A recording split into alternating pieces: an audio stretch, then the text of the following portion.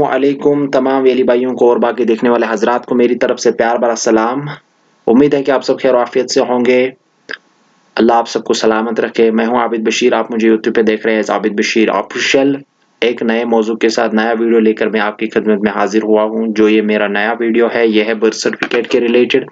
आज हम इस वीडियो में देखेंगे कि किस तरह से हम आज जो ऑनलाइन एप्लीकेशन हम भरते हैं बर्थ सर्टिफिकेट के लिए, तो वो हम कैसे भरते हैं, उनमें से हमें कौन कौन से वहाँ पे कौन कौन से डॉक्यूमेंट्स हमें चाहिए, तो वहाँ पे हम कैसे अप्लाई करेंगे। इसके लिए हम जाएंगे सीधे अपने सर्विस प्लस डैशबोर्ड में। यहाँ पे हम सर्विस प्लस जहाँ से हम इनकम या ओल्ड एज वगैरह फॉर्म भरते हैं, तो वहीं पे आएंगे। यहाँ पे apply for services, view all available services पे क्लिक करेंगे। इस पे क्लिक करने के बाद यहाँ पे सर्च बार आता है। सर्च बार में हम सर्च करेंगे बर्थ सर्टिफिकेट, ठीक है।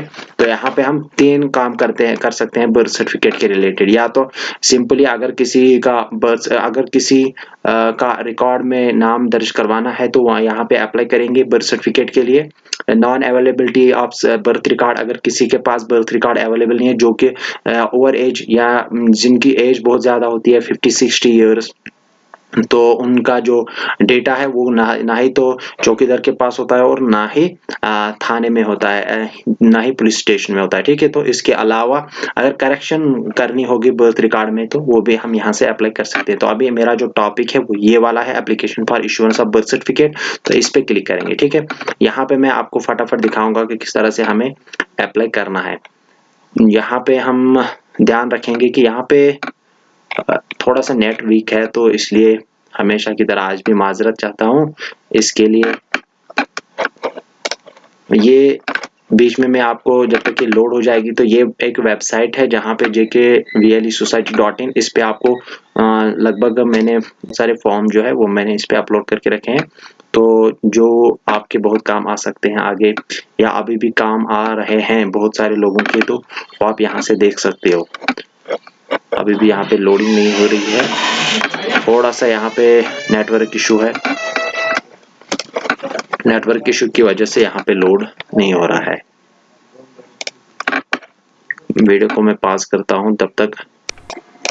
यहाँ पे थोड़ा सा टाइम ले रही थी, इसलिए मैंने सारा पे रिफ्रेश कर दिया, तो वापस में आ गए अपने इसी वाले पोर्टल पे।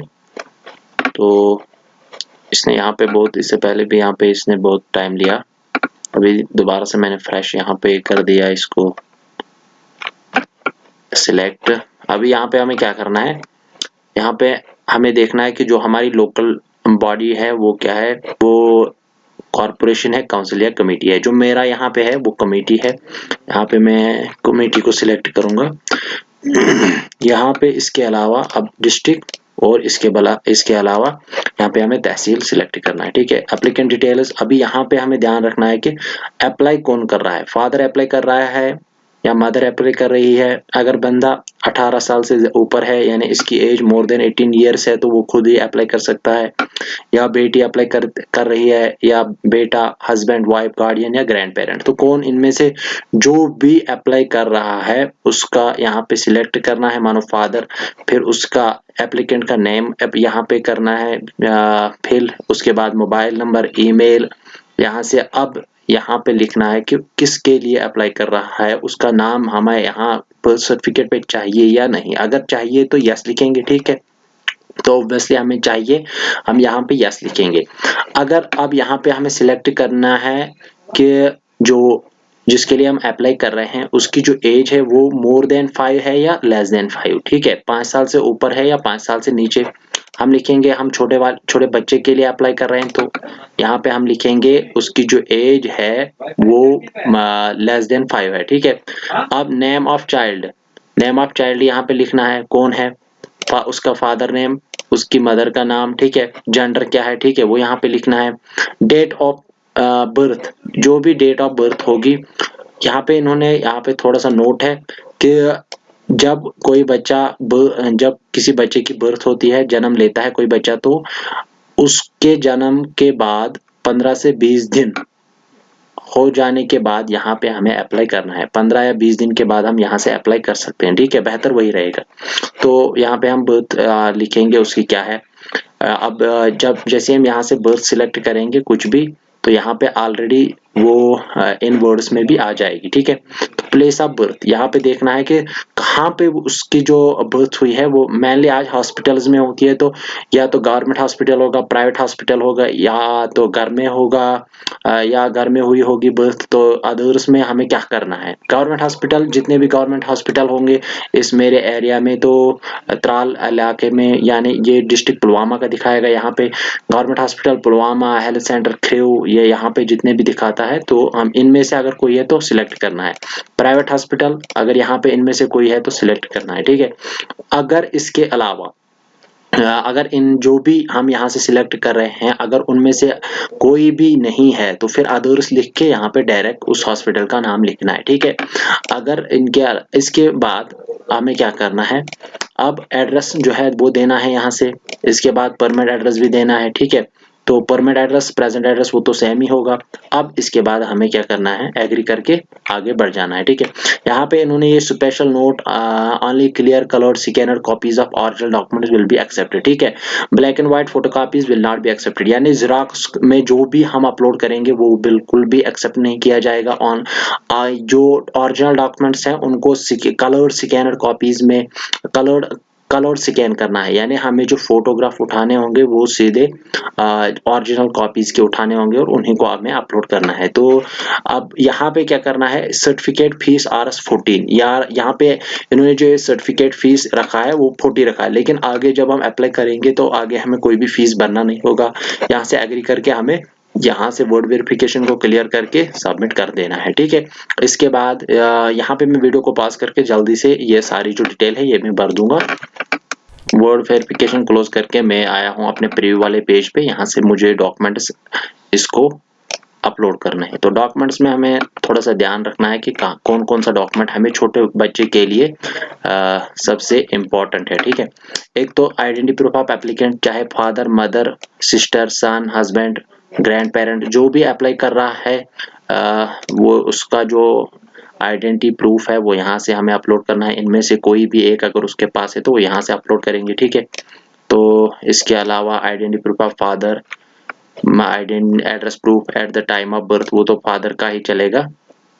उनमें से डोमिसाइल वगैरह जो जो भी है, इनमें से कोई डोमिसाइल, वोटर आईडी, ठीक है, आधार कार्ड, कुछ भी चलेगा। चाइल्ड डॉक्यूमेंट में हमें कुछ नहीं चाहिए, ये अगर 5+ है तो 5+ के लिए हमें चाहिए। हॉस्पिटल डिस्चार्ज कार्ड जो है वो सबसे इंपॉर्टेंट है, वो हमें यहाँ से अपलोड करना है। Landlord address proof of landlord, ये इनमें से कोई भी हमें चाहिए नहीं, जो भी नीचे है, ठीक है। यहाँ से मैं जल्दी जल्दी इनको अपलोड कर दूंगा।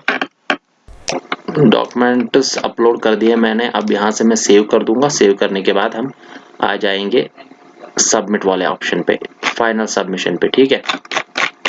यहाँ से हम आ गए हैं फाइनल सबमिशन पे। यहाँ पे अगर जैसे ही हम सबमिट करेंगे तो हमारे पास रिसिप्ट निकलेगा।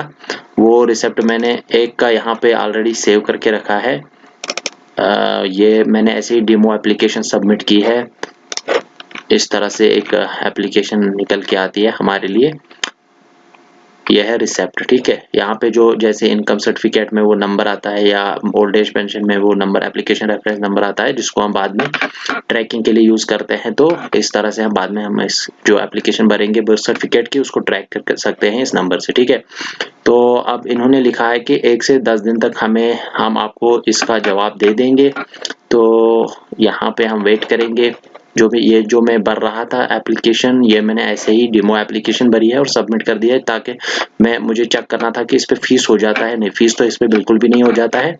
तो अब यहाँ पे हम अपने वीडियो का जो एंड है वो कर देंगे। यहाँ पे मेरा जो टॉपिक है वो कंप्लीट हो जाता है। तो हम आएंगे और एक वेबसाइट पे जहाँ पे आपको बहुत सारा जो मटेरियल है, डेटा है, वो मिल जाएगा। वही ये वाली है वेबसाइट jkvlesociety.in।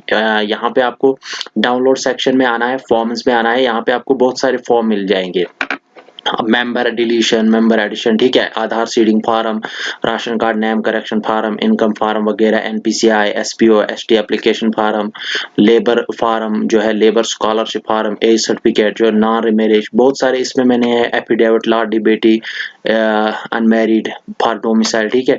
तो यहाँ पे आप वो सारे जो फॉर्म है, अगर इनमें से आपको कोई ज़रूरत पड़ता है तो वो आप यहाँ से डाउनलोड कर सकते हो। Thank you for watching my video. तो इस तरह से मेरा जो वीडियो है, आज का जो टॉपिक है वो यहाँ पे एंड होता है। Thank you very much.